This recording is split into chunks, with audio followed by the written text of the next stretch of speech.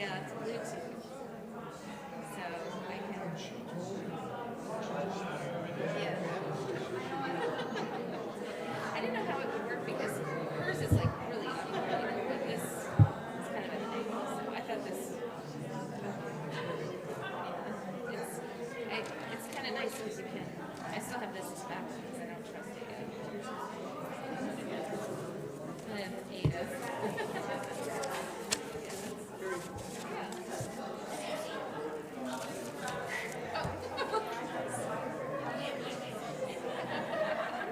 Oh man. To get you glasses.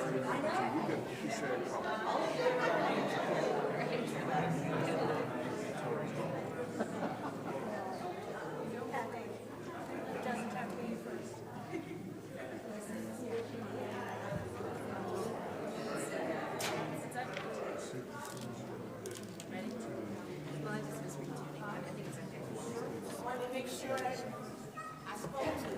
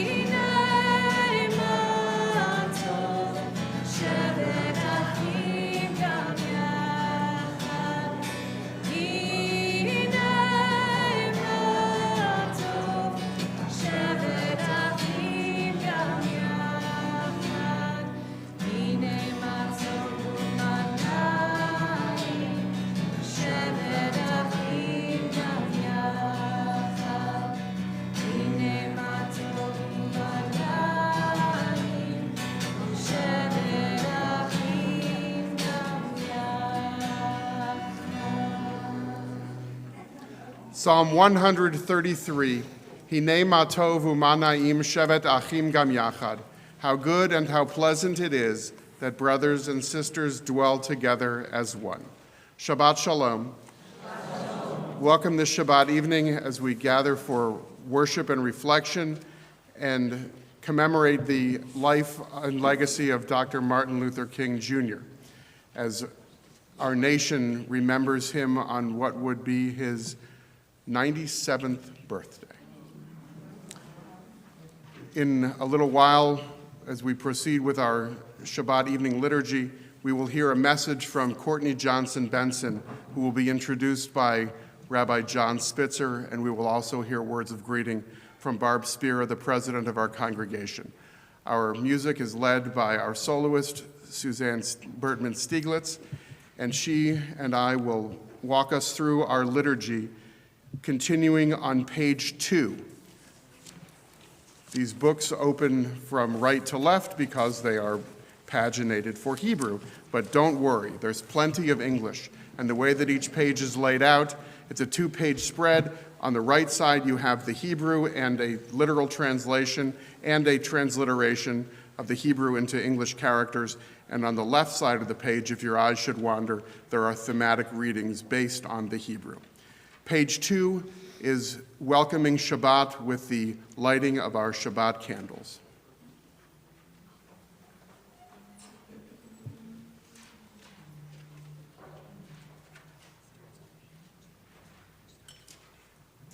Baruch atah Adonai, Eloheinu melech haolam,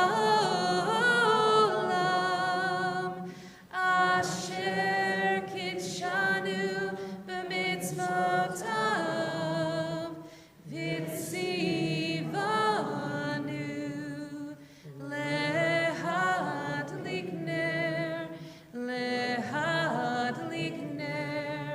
shel Shabbat.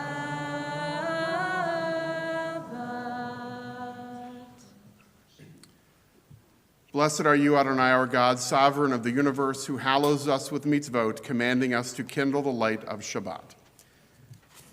As we increase the light in our world with the Shabbat candles, so do we increase the sweetness in our world with the blessing of the fruit of the vine. And I may have no, not this week. I thought I was going to have a little helper, but maybe next week. Page 5 is the blessing over the fruit of the vine. Baruch atah Adonai, Eloheinu melech haolam, borei peri hagafen. Baruch atah Adonai, Eloheinu melech haolam, asher kidshanu b'mitzvotav, V'ratzavanu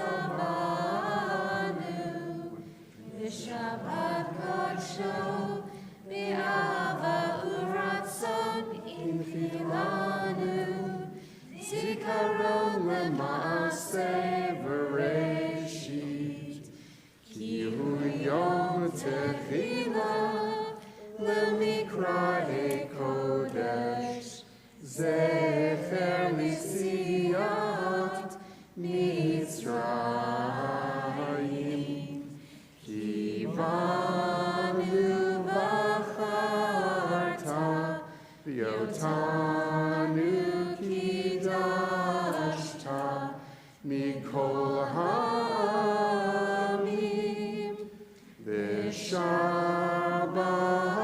kodshecha b'ahava u'v'ratzon hinchalatanu.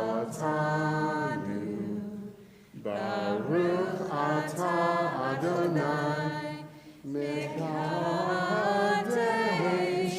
ha-Shabbat. And with Ada we say L'chaim.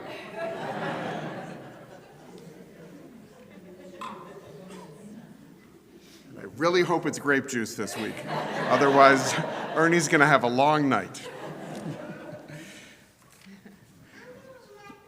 We continue now on pages 20 and 21 as we symbolically welcome the Shabbat bride with the ancient mystical prayer Lecha Dodi. We do verses 1, 2, 5, and 9, and it is our custom at verse 9 to rise and face the door, symbolically welcoming the Sabbath as the bride of the Jewish people.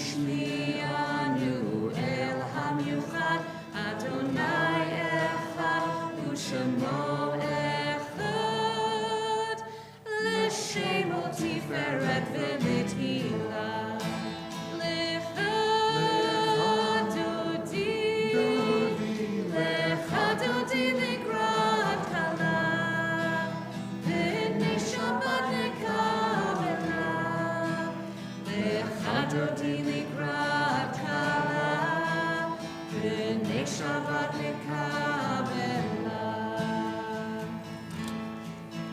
V'yikrat Shabbat lechu v'nelcha, ki hi mekor habracha, merosh mikedem mesucha. Sof ma'aseh machshavat techila.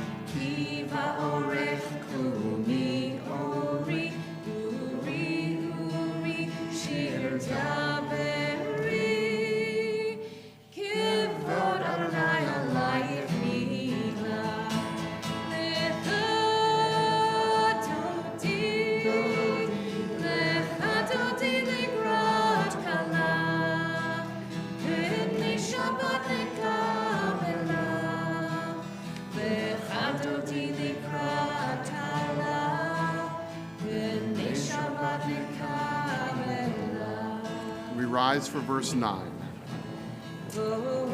V'shalom ha'ateret ba'ala, gam b'simcha u'b'tzola, toch emunei am segula.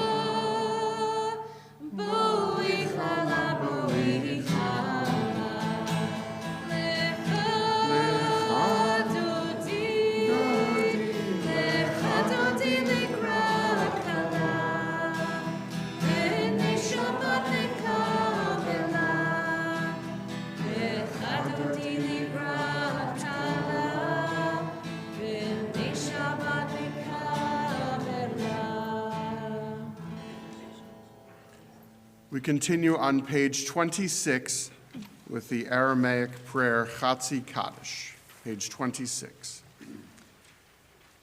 Yitgadal v'yitkadash shemei Rabba. Bi'alma divarach hirutei v'yamlich malchutei bechaye chon uv'yomechon uvechaye dechol beit Yisrael. Ba'agala,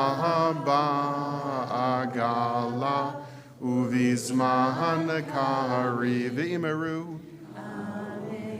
Yehei shemei Rabba mevarach, le'alam u'le'almei almaya,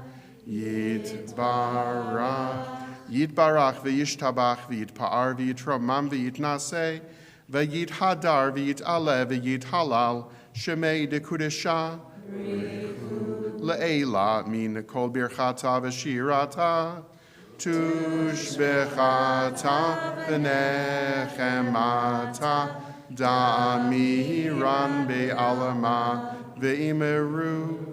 Amen. Page 28 is our call to prayer. Baruch Hu. Baruch Hu et Adonai HaMevorach. Baruch Adonai HaMevorach le'olam va'ed. We continue together at the middle of page 31. This is an hour of change. Within it, we stand uncertain on the border of light. Shall we draw back or cross over? Where shall our hearts turn? Shall we draw back, my brother, my sister, or cross over? This is the hour of change, and within it, we stand quietly on the border of light.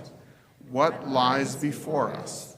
Shall we draw back, my brother, my sister, or cross over? Baruch atah Adonai, ha'ma'ariv aravim. Pages 34 and 35, the central prayer of Jewish theology, Shema Yisrael. Shema Yisrael, Adonai Eloheinu, Adonai Echad, Baruch Shem, Kevod Malchuto, Leolam Vaed. Please be seated as we continue on page 36 with the continuation of the Shema Yisrael prayer from Deuteronomy 6. V'ahavta et Adonai Elohecha b'chol levavecha uv'chol nafshecha uv'chol me'odecha v'hayu hadavarim ha'ele asher anochi mitzavecha hayom al levavecha vishinantam levanecha vidibarta bam bishivtecha bevetecha uvelechtecha vaderech uvishochbecha uvekumecha ukishartam leot al yadecha v'hayu letotafot bein einecha uchitavtam al mezuzot beitecha uvisharecha lema'an tizkeru va'asitem et kol mitzvotai v'item kedoshim lelohechem ani Adonai Elohechem asher hotzeiti etchem me'eretz Mitzrayim lihiot lachem lelohim Mihi Adonai Elohechem. Let's continue responsively on page 39. In a world torn by violence and pain, a world far from wholeness and peace, give us the courage to say, Adonai, there is one God in heaven and earth. The high heavens declare your glory. May earth reveal your justice and love. From bondage in Egypt we were delivered. At Sinai we bound ourselves to your way. Inspired by prophets and instructed by sages, time and again we overcame oppressive forces. Though our failings are many and our faults are great, it has been our glory to bear witness to our God, keeping alive in dark ages your vision of a world redeemed. Let us continue to work for the day when the nations will be one and at peace. Then shall we rejoice as Israel did, singing on the shores of the sea. This version of Micha Mocha can be found in the inside of our service handouts.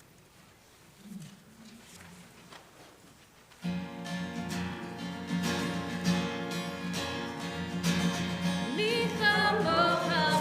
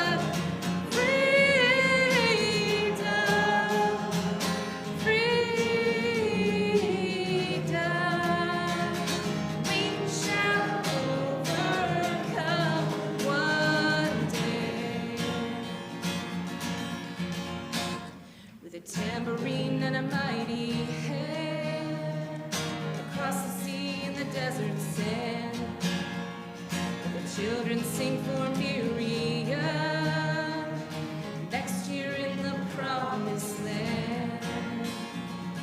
Next year in the promised land. Next year in the promised land. Next year in Jerusalem.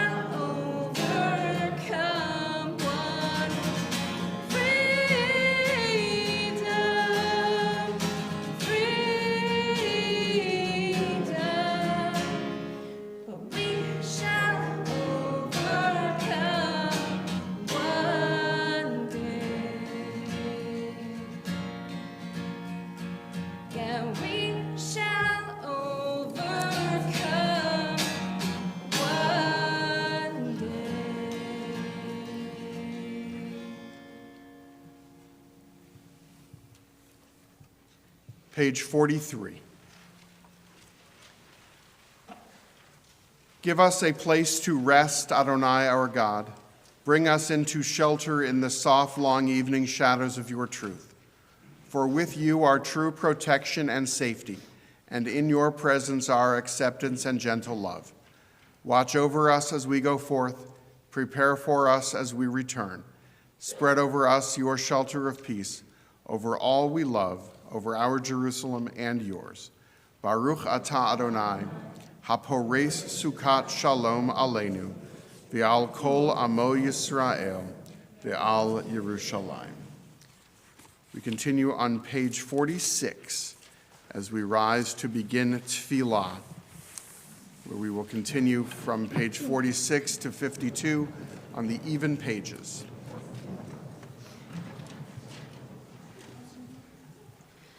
Adonai sifatai tiftach ufi yagi tehilatecha.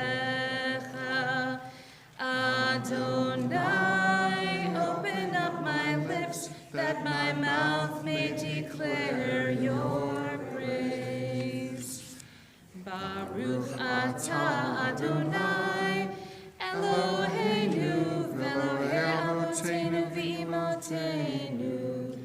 Elohei Abraham, Elohei Yitzchak, Elohei Yaakov, Elohei Sarah, Elohei Rivka, Elohei Rachel, Elohei Leah, Ha'el Hagadol, Hagibor v'Hanora, El Eliyahu, Go melech hasadim tovim, vekoneh hakol, vezocher chasdei avot v'imahot, umevi geula livnei v'neihem, leman shemo Yahweh, melech ozer u'moshia u'magen, Baruch atah Adonai, Magen Avraham,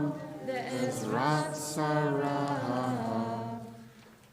Atah Gibor Leolam Adonai, Mechaye Hakol Atah Rav Lehoshia, Mashiv HaRuach, Umorid HaGashem, Mechalkel Chayim Bechesed, Mechaye hakol berachamim rabim, somech noflim verofech olim, umatir asurim, umekayem emunato li'shenei afar,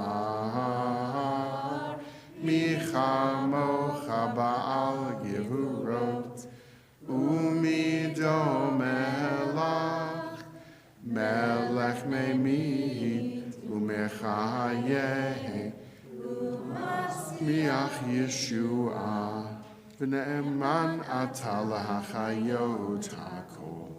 Baruch atah Adonai, mechayeh hakol.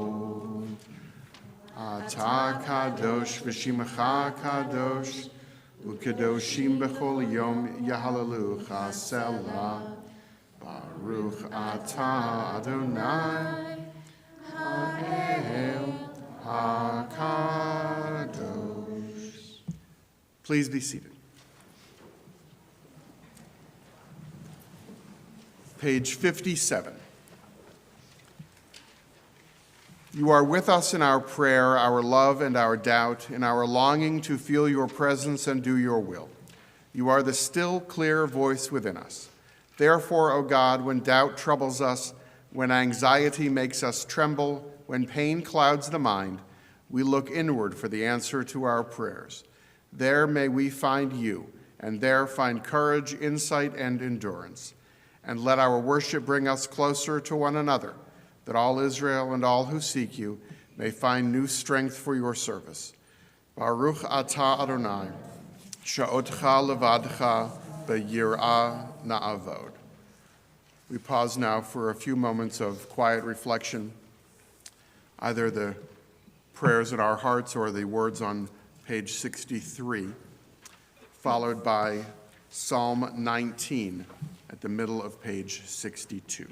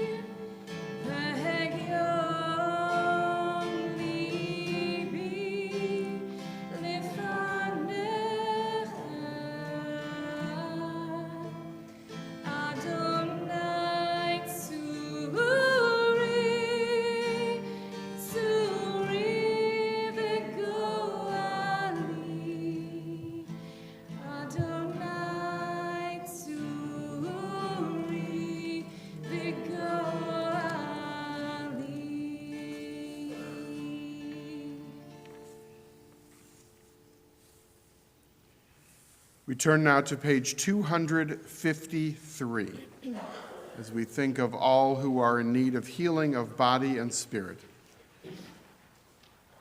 Mi sheberach avotenu v'imotenu Avraham Yitzchak v'Yaakov Sarah Rivka Rachel v'Leah hu yivarech et hacholim. May the one who blessed our ancestors Abraham, Isaac, and Jacob, Sarah, Rebekah, Rachel, and Leah, bless and heal those who are ill. We think especially of the following people whose loved ones have asked for our prayers: Alan Brockman, Dolores Brubaker, Dr. Sarah Chabon, Mike Carbone, Lauren Fairchild, Jason Foreman, Valerie Frank, Marcia French, Tom French, Alex Goldstein, Clara Gilliams, Elizabeth Hyder, Ed Kruckenberg, Mary Kruckenberg, Deborah LeBlanc, Kate Lane, Jody Lokshin, Judine Luntz, Chris Maurer, Rick Monsell, Alan Rothman, Monique Sayan, Pat Sherman, Mark Sirac, Sharon Smith, Kristen Spetich, Tom Stefan, Kelly Swab, Barbara Turkeltaub, David Waltz, Malka Wayne, Florence Weaver, Michelle Zimmerman, Shana Rachel Bat, Arye Valea Hinda. If there are others about whom you're thinking and would like to share their names aloud, I invite you to share those now.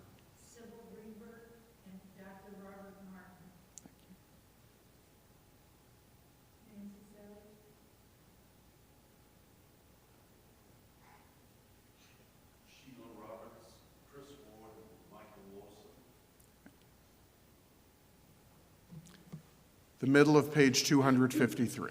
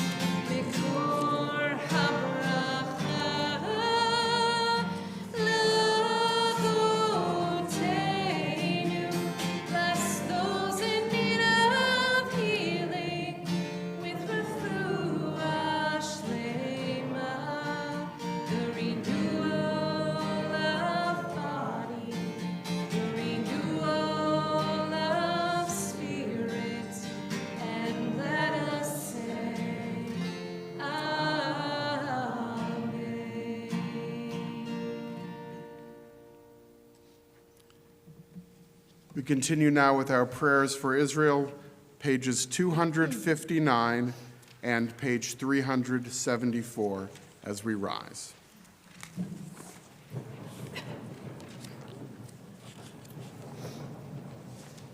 Avinu, Avinu, Sheba Shamayim, Tzur Yisrael v'go alo. Barech, Barech, et Medinat Yisrael, Reshit Tzmichat Geulateinu, Hagen Aleha Be'evrat Chasdecha, Uferos Aleha Sukat Shalomecha. Avinu, Avinu, Sheba Shamayim, Tzur Yisrael v'go alo.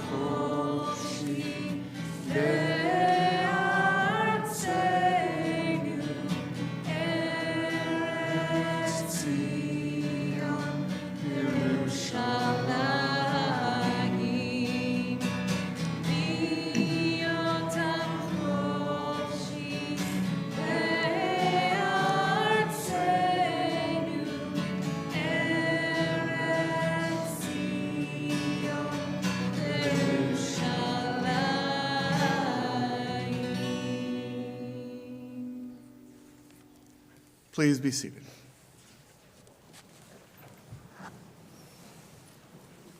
As we commemorate the life and legacy of Martin Luther King Jr., we should not forget that Martin Luther King Jr. was a person of great faith who was a minister by training and by calling, and it was his deep Christian faith that compelled him to seek dignity for all those created in God's image. We are blessed and candid to have someone like that as well, Rabbi John Spitzer, who is now in his 46th year as a leader of our community, not just the Jewish community, but beyond. Rabbi Spitzer is an emeritus member of the Martin Luther King Jr. Commission, and Rabbi Spitzer was the active rabbi of this congregation in the 1990s when, I'm sorry, it must have been the 1980s when this service began. This is the 39th annual Martin Luther King Jr. Shabbat. And it's my pleasure now to invite Rabbi Spitzer to introduce one of his students as our guest speaker, who is a guest of the Bima tonight because she's usually sitting where you are. So I look forward to hearing from Rabbi Spitzer and from our speaker.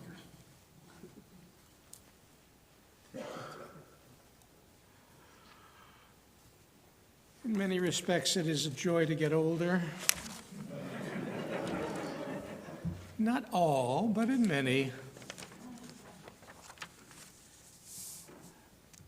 First of all, I'd like to welcome all of our guests to the congregation. This is my congregational family, now that I am the emeritus and I can heckle the rabbi when he gets up here and does his service for us.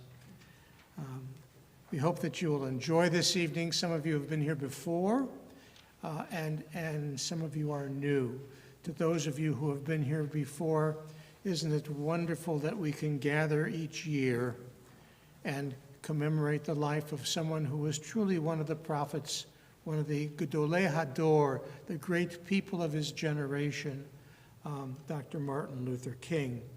And for those of you who have not been here before, the service was all in Hebrew, and it was all, praise God, and that's fine.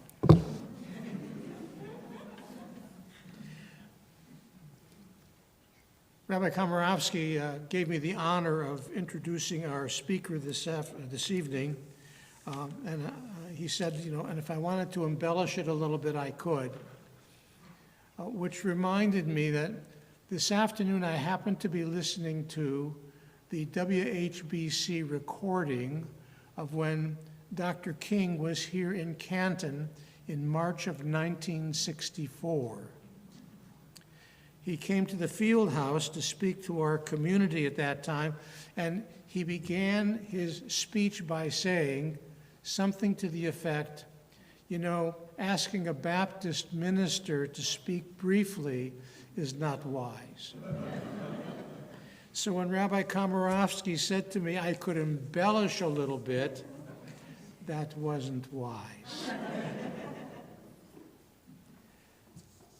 I'm going to tell you a little bit what brings insight to me at this moment, and then I'll do the formal introduction to Courtney Johnson Benson.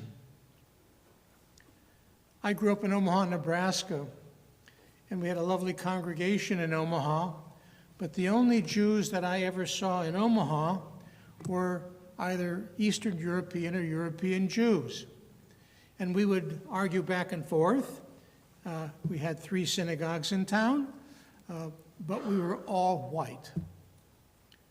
I never really comprehended the idea that there were Jews of different colors and different cultural backgrounds until I had the opportunity of going to Israel.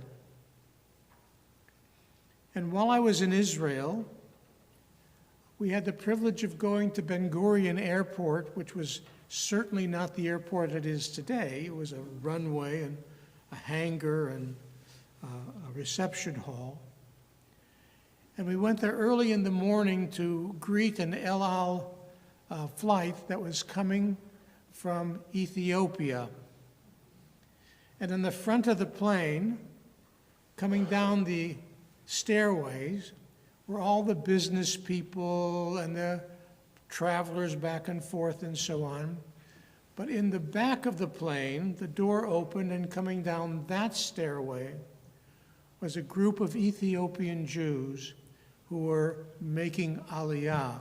They were making the trip of their lives.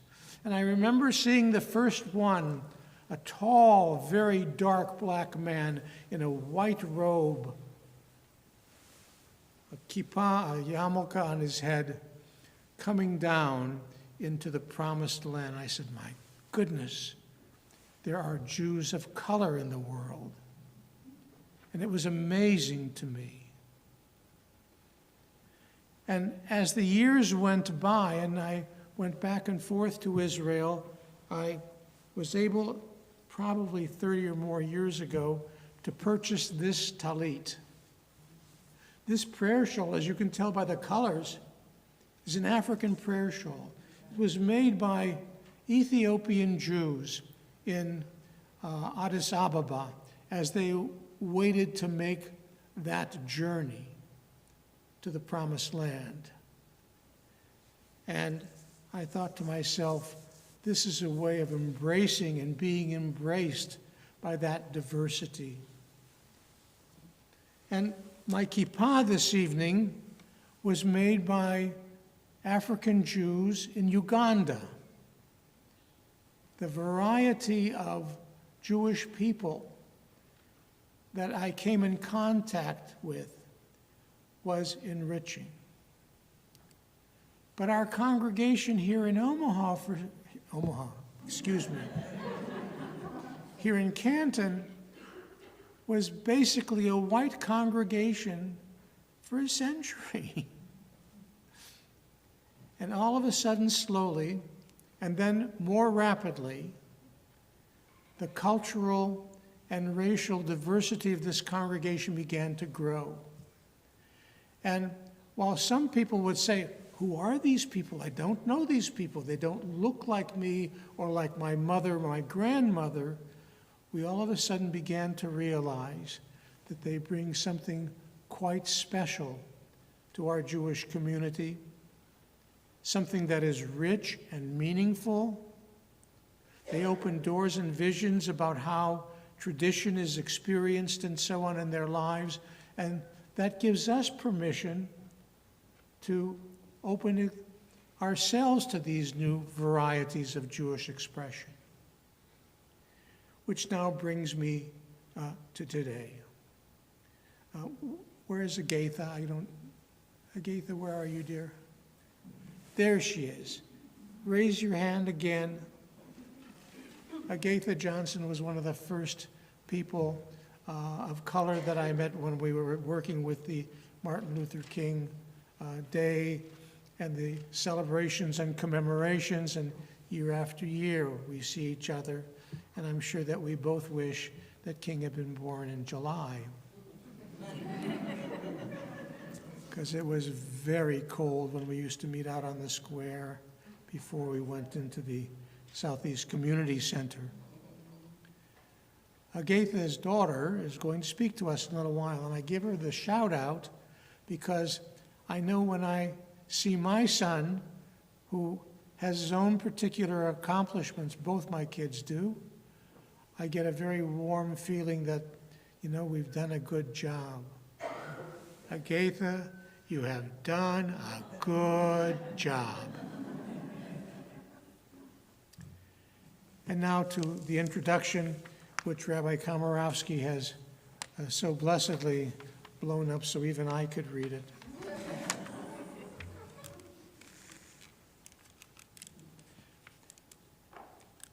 It is my pleasure to introduce Courtney Johnson Benson as a member of our Temple Israel board and a deeply respected leader in the work of equity, belonging, and justice as our Shabbat speaker. Courtney serves as Assistant Vice President of Belonging, Advocacy, and Purpose at the Ohio Guidestone. There, Courtney leads organization-wide efforts to strengthen inclusion, elevate voices, and advance mission-driven advocacy.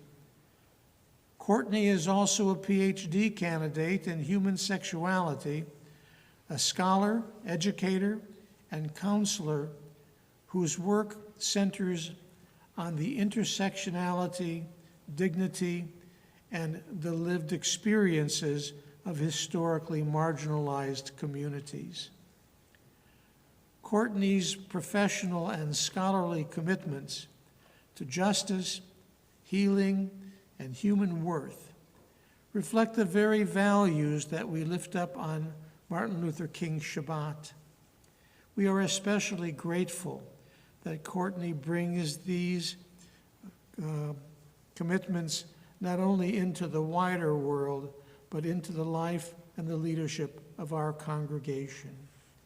Watching her grow over the years has been a powerful example of what inclusion, diversity can mean.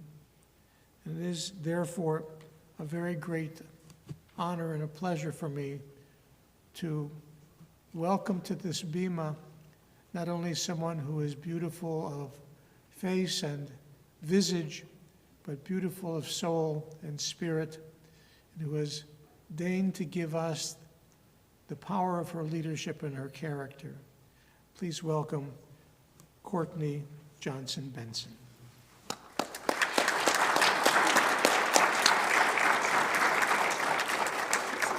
That's so adorable.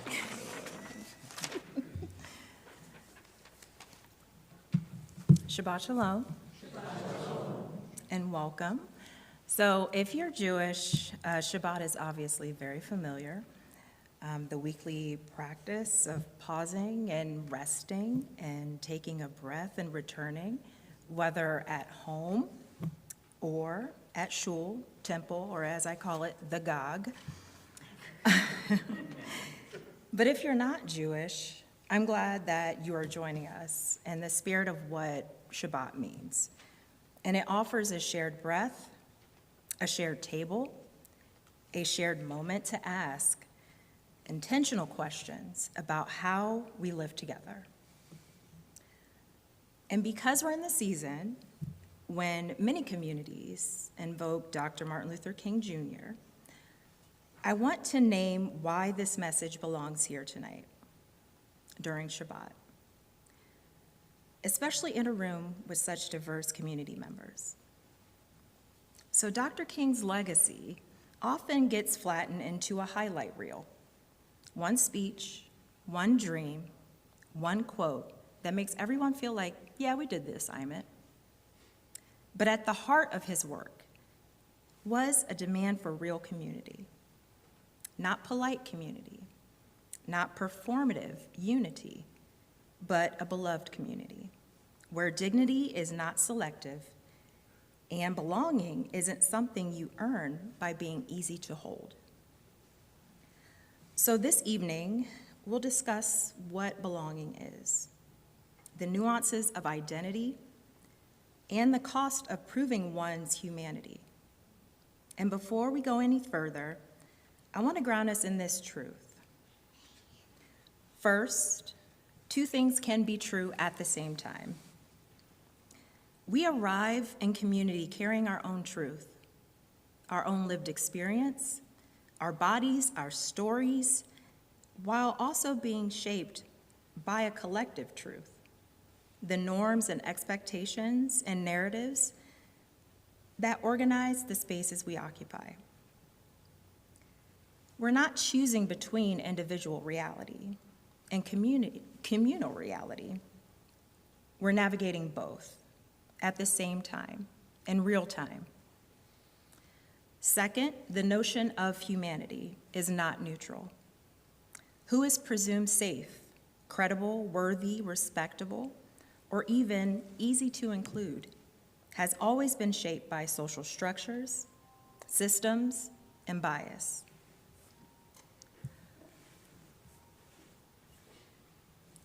So, when we talk about belonging, we're not just talking about feelings. We're talking about power, which moves through everyday interactions, often quietly, politely, often dressed as That's just how we do things. Now, why I want to talk about belonging tonight is really about how I want to talk about belonging tonight. Not as a slogan, not as a "we're inclusive" bumper sticker, but as something you can actually feel in your body. I want to talk about the nuance of identity and the way we carry multiple truths at once, and what happens to our mental health when belonging becomes conditional. And I'm going to be honest from the start. That's the only way I know how to be. Sometimes the biggest barrier to belonging in community isn't cruelty, it's comfort. It's the ease some people have, and they really get to have it. The ease of not having to think about whether they're being assessed, managed, or quietly placed on probation. So we're going to sit with the truth that belonging can be deeply present in a community. And also, it can be fragile and fractured. And sometimes both are true in the same evening. So let's begin there. I've had moments in faith community where I felt truly held. The kind of held that doesn't ask for my credentials, the kind that doesn't require me to translate myself or code switch. Someone gets my pronouns right. Someone offers warmth without curiosity that turns into interrogation. Someone makes space without me having to ask for it. And I've also had moments where something small happens that tells my nervous system that you're not completely safe here. A comment, a joke, a helpful correction, a question that lands like an exam, or my personal favorite, a question that could be answered by a quick Google search. Sometimes it's not what people say, it's what they assume. And here's why Dr. King's legacy matters in a conversation like this. He was relentless about the truth that community is not a sentimental idea. It's a moral structure. He once broke down interdependence in a way that feels almost routine and radical at the same time. He brought forward the notion that before we even finish breakfast, we are dependent on half the world. And that's the thing. Communities become what they practice, not what they post and not what they profess. So what I share with you and ask of you is to realize that this is not about a guilt trip. In fact, by centering your own guilt, you decenter another person's lived experience. Shifting away from guilt requires us to ask, is this truly about me, or am I making it about me? I want you all to get comfortable sitting with discomfort. So I'm going to talk to you in 3 parts this evening. The first is naming belonging and what it means to belong in Jewish community. So when I say belonging, I'm not talking about whether you are invited into a room. Many communities excel at offering invitations. We can do flyers, we can do a welcome table, we can do all our welcome here on the website. Belonging is what happens after the welcome. Belonging is the difference between you're allowed to be here or you can fully exhale here. So here's my working definition tonight. Belonging is when you can participate without performing a widely accepted version of yourself. No shrinking, no code switching, no auditioning for your own seat. Belonging shows up in 3 things, simple but not easy. First is dignity. You're treated as fully human and not as a problem to manage. Second safety enough. Not perfection, not utopia, but enough safety to be honest without punishment or retaliation. And the third is agency. Agency, you get to decide what you share and what you don't, and how you move through a shared space. And I want to ground this in Shabbat for a moment, because Shabbat is disruptive in the best possible way. Shabbat says that you are more than your labor and your productivity. You are not loved because you perform well. You are worthy because you are. And that's not just theology, that's a moral stance. And it has implications for how we treat each other. So belonging then isn't just a vibe, it's practice. And it should be a practice. It's made real in what I like to call the moments that matter. Those everyday moments when inclusion and or exclusion merge. Moments. Introductions and small talk. Who gets explained to, corrected, or watched? Whose needs are seen as standard and whose are seen as extra? How we respond when someone says, "That didn't feel okay."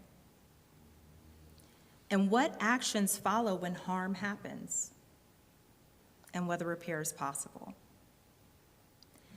If someone naming harm feels like an attack, that's usually a sign that you've confused comfort with care. People don't leave communities because they didn't love the mission. They leave because they couldn't survive the community's culture.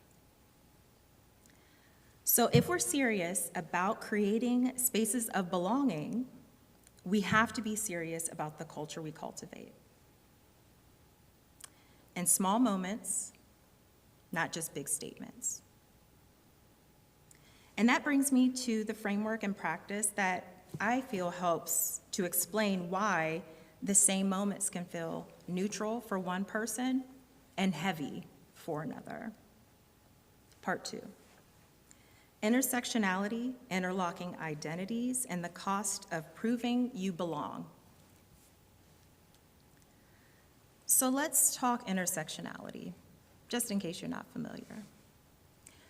Intersectionality is a way of naming how identities intersect with systems and social expectations to shape one's lived experience.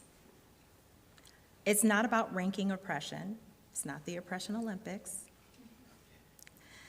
It is not about who has it worse. It's about understanding the reality that systems are often built without historically marginalized folks in mind, specifically Black and brown folks.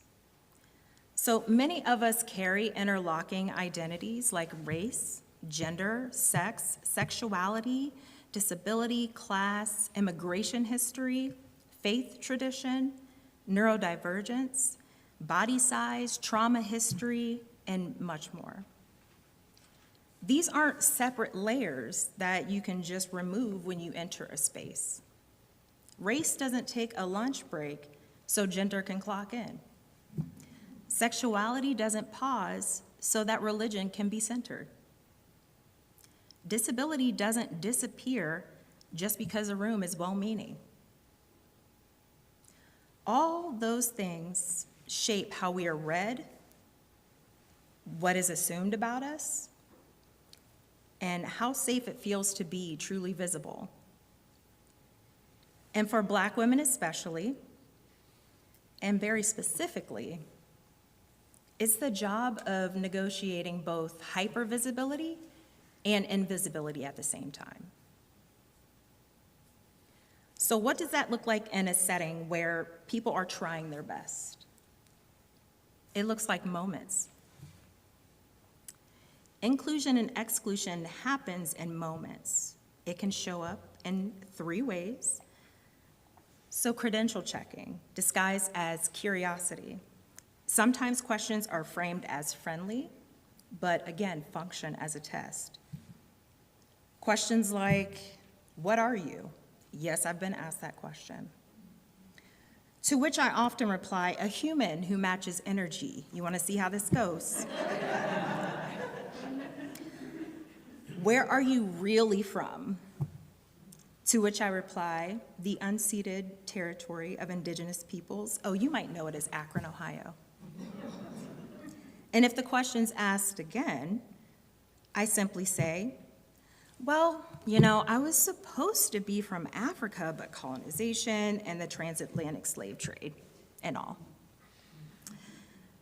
Do you belong here, even if it's implied rather than spoken? Who is assumed to know what to do? Who is corrected, watched, or helped without consent? Belonging cues like not using chosen name and correct pronouns, assumptions about family structure, who's centered in examples, sermons, lessons, and who is treated as new forever. In Jewish spaces, for me specifically, questions can sometimes be, how are you Jewish? What's your background? Did you find Jewish ancestry in a 23andMe search? Are you converting? Is your husband Jewish? And to be clear, there are very specific contexts where learning someone's story is truly beautiful. The issue is consent and power, and whether the question is seeking connection or gatekeeping, or if a question is reinforcing normative assumptions about Jewishness or who looks or is assumed to be Jewish. People like me, who have spent a lifetime being figured out, don't experience those questions as warmth. We experience them as surveillance. 2, being treated as a representative instead of an individual. When you hold a marginalized identity, you may be asked directly or subtly to speak for a whole group, to educate, to translate, to explain the right language, to correct others, to absorb discomfort. That's labor, unpaid labor, and it's unpaid emotional labor. It's cultural labor, sometimes spiritual labor. And the thing about unpaid labor is it doesn't feel like community care. It feels like being used because I'm a person, not a lesson plan. 3, assumptions about what is normal. So communities often have these unspoken norms. What family looks like, how gender is expressed, which bodies are expected, accommodated for, or welcome without consent. Welcome without comment. What grief should look like, what joy should look like, what anger should look like. When norms are narrow, people with marginalized identities end up spending energy deciding a number of things. Do I correct this? Do I let it go? Do I protect myself?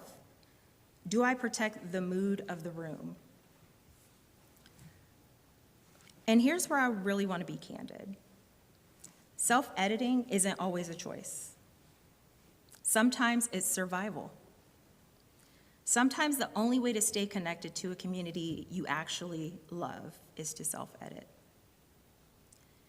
That is what it means to grapple with holding multiple marginalized identities while trying to just be a human. You're trying to manage the social risk of fully being seen. And Dr. King named this broader moral problem in a way that still hits today. When a group is treated as less than, they're pushed toward being managed like objects instead of honored as people. He called it the status of things rather than persons. That is a civil rights observation and a community diagnosis. There is human cost to the double conversation. When you're managing multiple marginalizations, you're often running two conversations at once.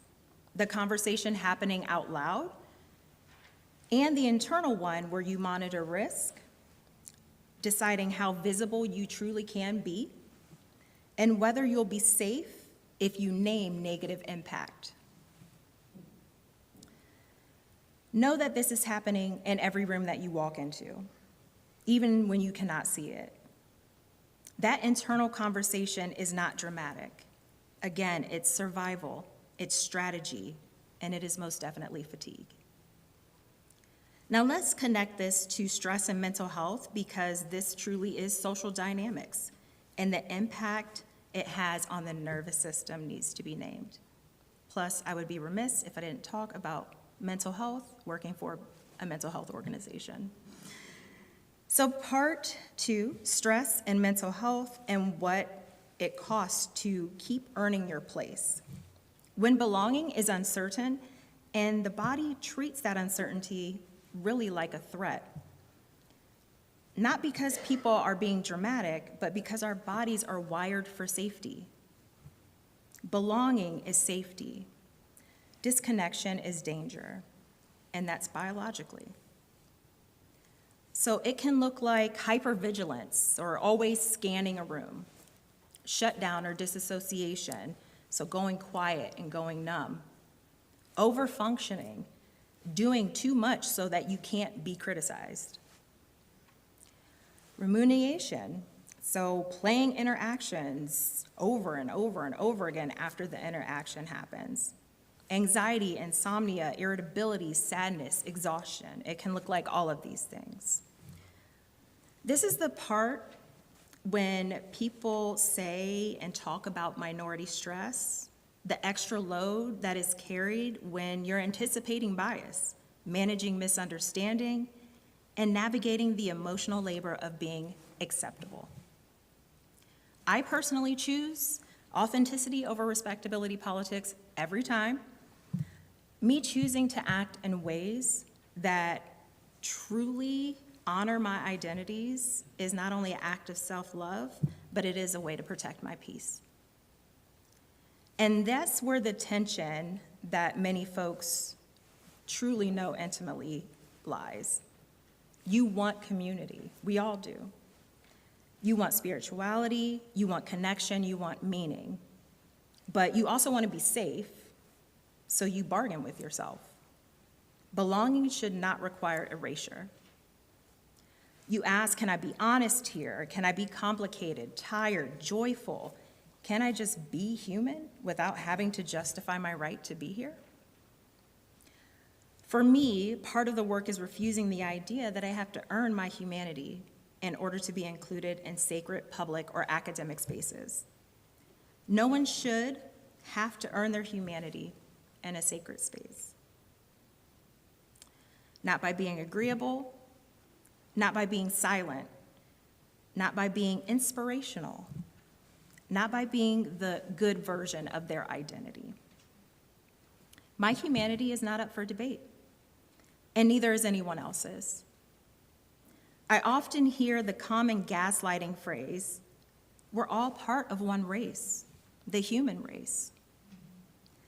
Okay, yes, and humans created categories, identifiers, borders, systems that negatively impact my lived experience every single day.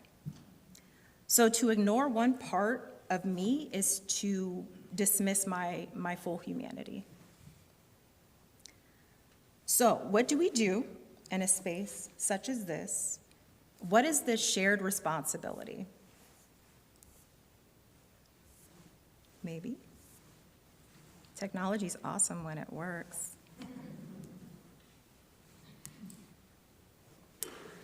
So this is the final part, the ask of you and the personal commitment. So if tonight is going to mean something beyond a nice reflection, we need questions that we can actually practice, not just feelings and interactions.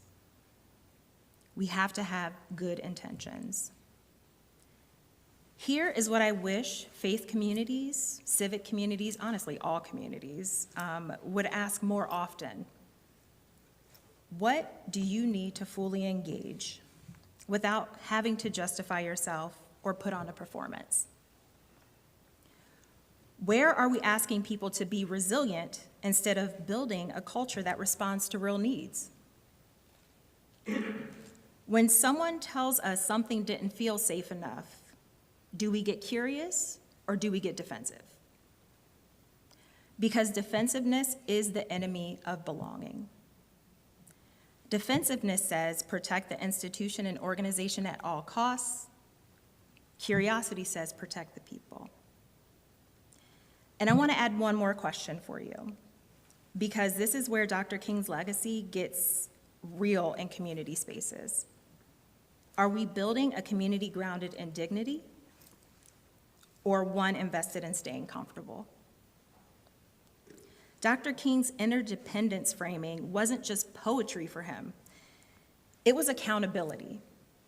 He said all life is interrelated. So if all life is interrelated, then belonging isn't a side project, it's our shared obligation. I want to offer 3 concrete commitments that everyone here can practice. 1, practice consent-based curiosity. Before we ask personal questions, we can ask, is it okay if I ask about that?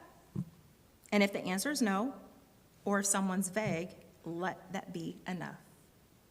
2, make inclusion a part of what your core being is as a community. So don't outsource belonging to the most impacted people. If you're a leader, if you're a longtime community member, if you're someone that folks listen to, or someone with social capital in a room, use it, please.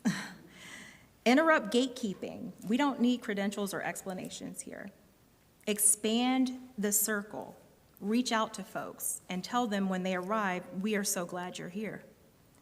Normalize correction without humiliation. Let's not make people explain themselves. And 3, normalize repair. Harm will happen. It's unavoidable. But the question is repair possible when harm happens? We can respond with accountability instead of panic. I hear you. I'm sorry. Thank you for telling me. What would repair look like for you? And then actually follow through. Because apologies without change is just performance. So I'll close with this. Shabbat is a weekly reminder that we are not only what we do. We are not only what we survive. We are not only what we can explain. And Dr. King's legacy, when we refuse to sanitize it, reminds us that community is not built by pretending we are all the same. It is built by refusing to treat anyone's dignity as optional. Ignoring the diversity of one's identity suppresses our collective liberation and ignores lived experience. So my hope for this evening is not that we are leaving here agreeing on everything, because if we are, I didn't do my job. My hope is that we leave committed to practicing the questions that make belonging possible. So may this Shabbat be a practice of returning to the dreams of our ancestors, to one another, and to the sacred dignity of being human. Shabbat shalom, y'all.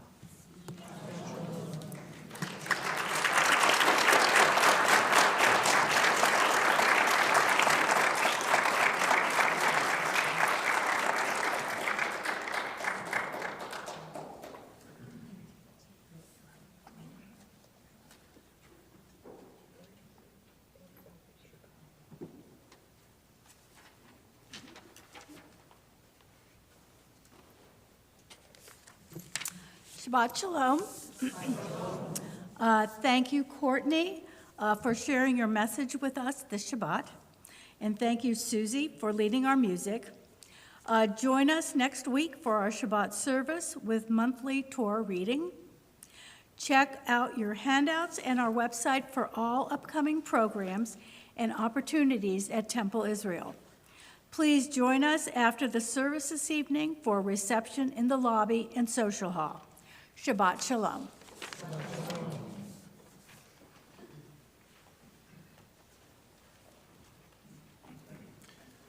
Thank you, Barb. Thank you, Courtney, for sharing your inspiration, for challenging us in such a positive way. You're so calm. You could have a future as a rabbi if you weren't so smart.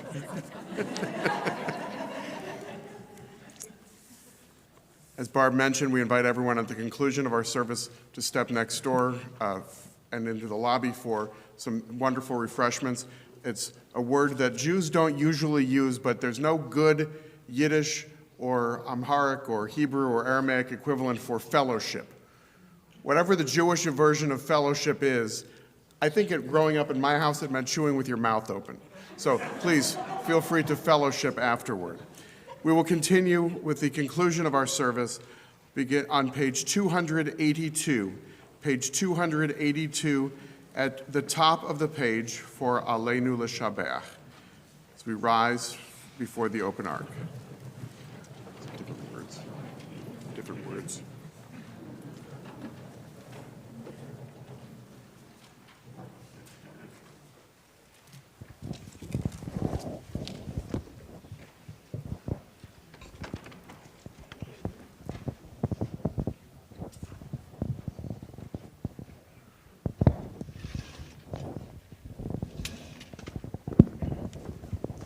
Aleinu l'shabeach ladon hakol, latet gedula leotzer bereshit, shehu notesh shamayim v'yosed aretz, umoshav yikarohu bashamayim mima'al, ushchinat uzo begovhei meromim, hu Eloheinu ein od, v'anachnu korim, umishtachavim umodim, Lifnei melech malchei hamelachim hakadosh baruch hu v'ne'emar v'haya Adonai lemelech al kol haaretz bayom hahu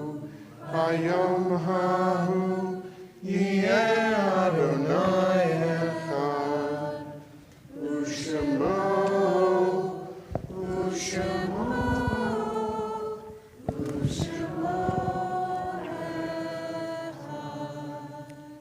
We remain standing as we're able. On page 294, the words of Mourner's Kaddish. This is our custom. We remember those who died at this season in years past. Erwin Block, Hyacinth Koganow, Hilda Cohen, Stephen Costner, Rose Erlanger, Lieutenant Melvin M. Feynman, Earl Geisert, Alfred W. J., Robert L. Kemp, Isidore Kitson, Max Komorowski, Sam Lassie, Martin M. Leitz, Carolyn Lieberman, Judith Medvin, Ellen Kahn Miller, Mildred Mills, Frida Mudrak, Leonard Narens, Johanna L. Plout, George Podis, Joseph Rakowski, Charles Rapport, Irvin Raxlin, Edward Roth, Ethel Shaffrin, Margaret Schlesnick, Fanny Slutzker, Gary David Smith, Alan Smuckler, Pauline Smuckler, Joseph Spielman, Jack Babe Stern, Minna Adolph Stone, Fanny Toronsky, Sophie Myers-Wagman, Harold Welly, Miriam Weinberg, and Gordon Winston. And we remember two who have died more recently, Helen Blocker and Bob Charlick. If you have other names to share or corrected pronunciations of names that I read, I invite you to share those names now.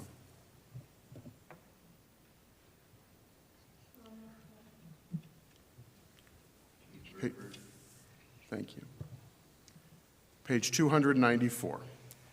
Yitgadal v'yitkadash shemei Rabbah, bi'alma divarach chirutei v'yamlich malchutei, b'chayechon v'yomechon, u'v'chayei d'chol Beit Yisrael, ba'agala v'zman kariv v'imru amen. Yehei shmei Rabbah mevarach le'olam le'amei amaya. Yitbarach v'yishtabach v'yitpa'ar v'yitromam v'yitnaseh v'yithadar v'yit'alev v'yithalal shemei dekudesha berechu le'ela min kol birchata v'shirata tushbechata v'nechemata da'amiran v'alma v'imru amen. Yehei shlama rabba min shemaya v'chaim aleinu v'al kol Yisrael Oseh shalom b'mromav hu yaseh shalom aleinu v'al kol Yisrael v'imru amen. Oseh shalom b'mromav hu yaseh shalom aleinu v'al kol Yisrael v'imru amen. We began our worship by increasing the light and sweetness in our world with the Shabbat candles and the fruit of the vine, and we prepared to conclude our time together so that we can break bread together by blessing the produce of the earth. And I invite Ada, if she wants to come back on down or up, and Toby and Agatha, will you come and join Courtney up here as well? Should be able to, there's a Yiddish phrase, shep nachas. As Rabbi Spitzer said, he and Sherry get such joy from their children that you should get joy from your family member as well. And Ada, come on down with them. Come on up.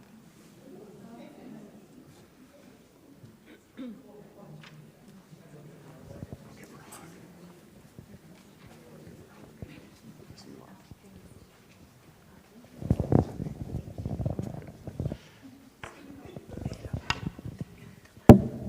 Toby, hold this up high so nobody can get to it.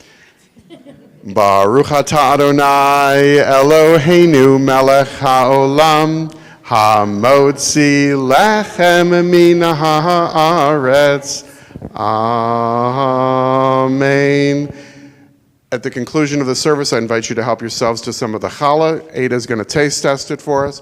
And we will conclude with Do Justly, a song commissioned by our congregation in honor of Rabbi Spitzer that fits beautifully the theme of this Shabbat.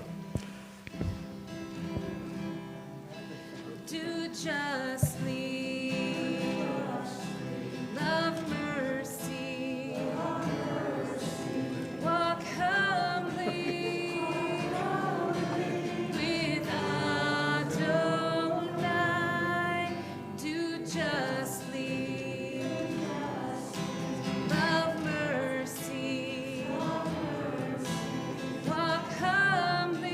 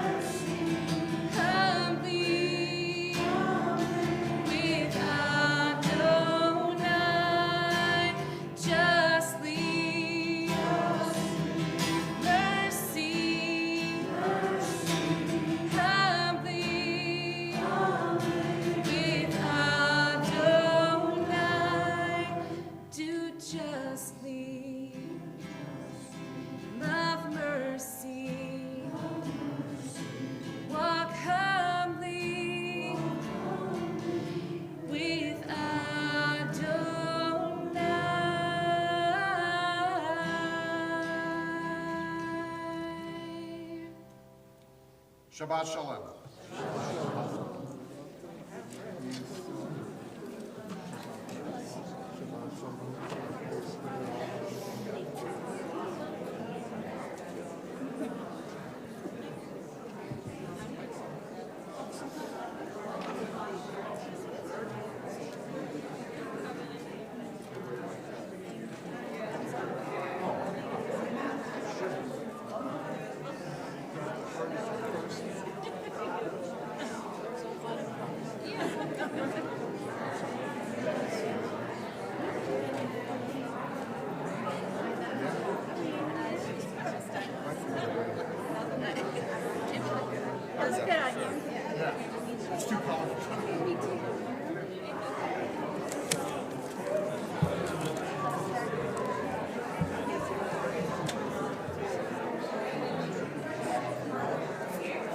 Did you get some more, Ada?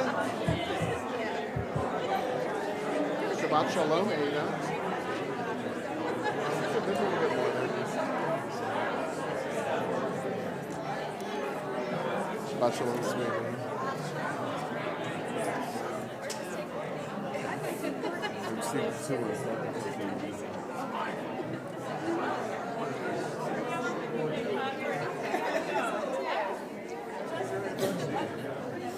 Hey, Vito.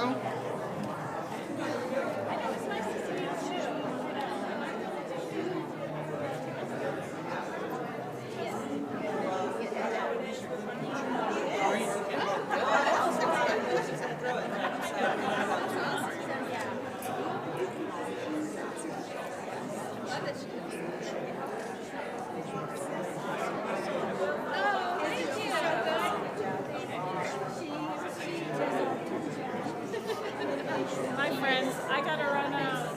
Hi. I know, she's gotten so big. So sweet. She's like ready for more. She's chugging that grape juice.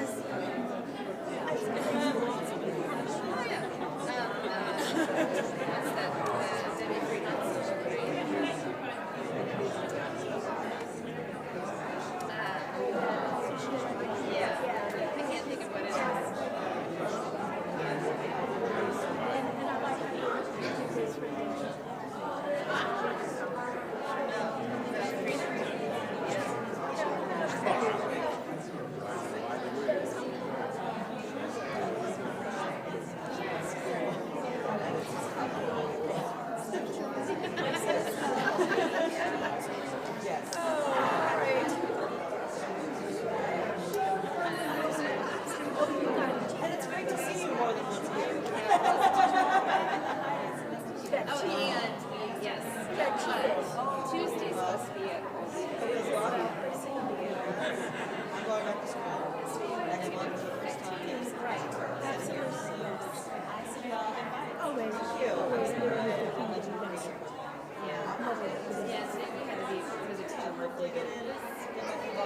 It's okay. no meetings or Actually, will you do something in